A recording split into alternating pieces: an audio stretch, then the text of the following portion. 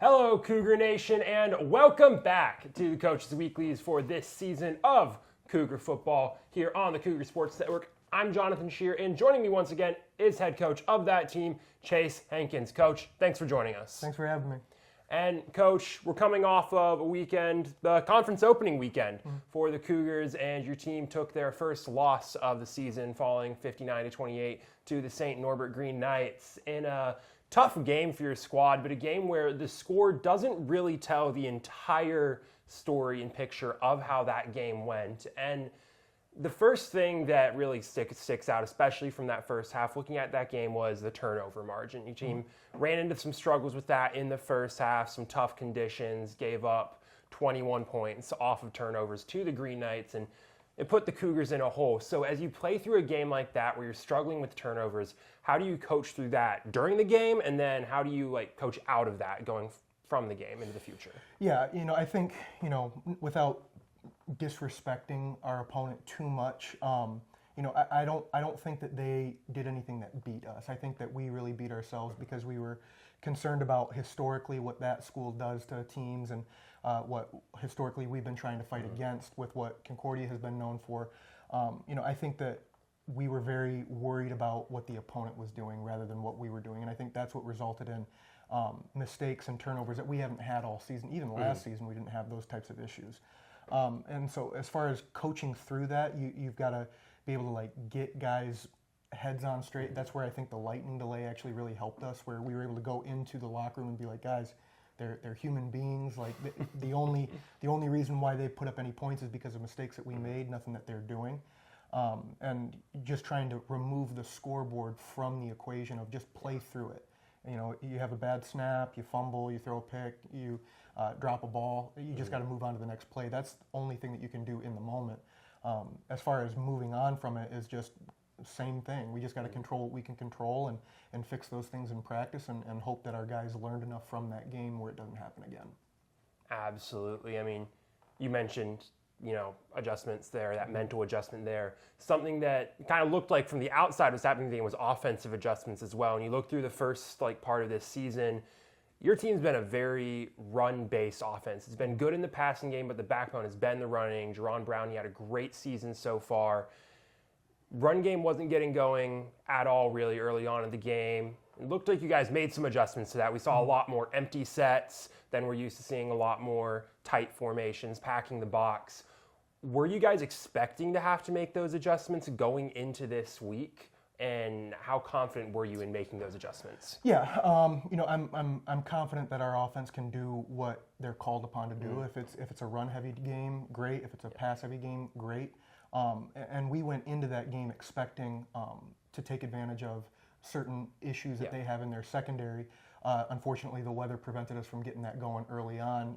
Maybe the game's a little bit different early on when we're not worried about the weather. But once we got out of the lightning delay and got back on the field, then it was more what our game plan had called for that week. So, yeah, it was something that we had expected. We would have just liked to have done it right out of the gate to prevent a pretty sizable gap halfway through the first quarter.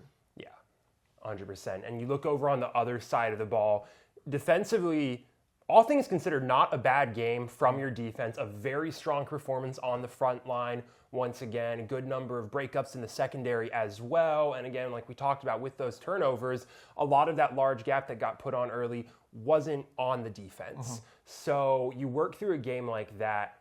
Honestly, I just kind of want to know, how do you feel about your defense coming through out of the game? What did you see from them? What did you like? What did you not like? Yeah, I mean, I've already sung Coach Druick's praises, that impact that he's made. And also the guys that have been seen the transition from last year to this year with Coach T and Coach Sevi on the defensive side of the ball.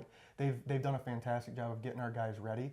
And I'm the head coach, and I also call the plays, so I gotta fall on the sword here and acknowledge that you're 100% right. The defense played well.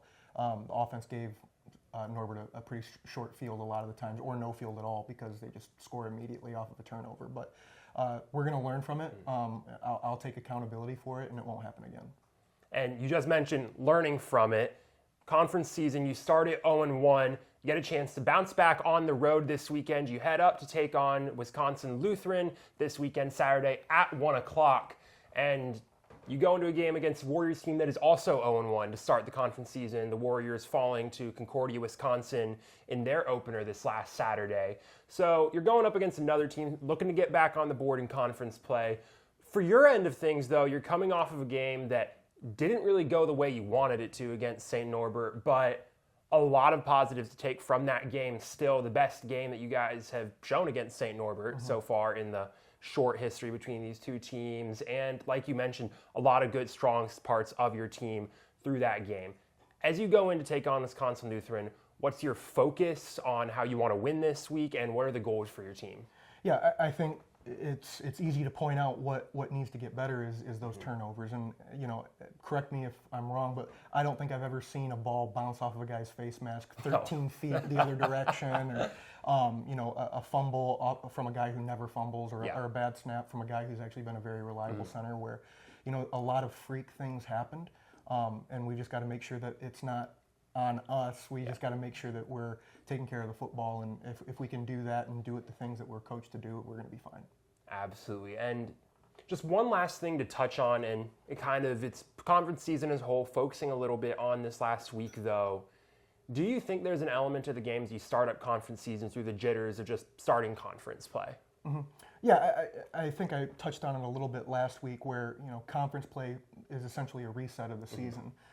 So yeah, I think that there were a lot of jitters. I think we might have been reading our own press clippings a little bit too much and thought too highly of ourselves through those first two games, and we got humbled. And that's kind of the beautiful thing about football, is it teaches you those lessons in a pretty brutal fashion. So, I think that there's definitely jitters there with who we were playing, where we were at as a team as far as success went, and the expectations that we had internally, where once we settled down in that game, I think we started finding our way.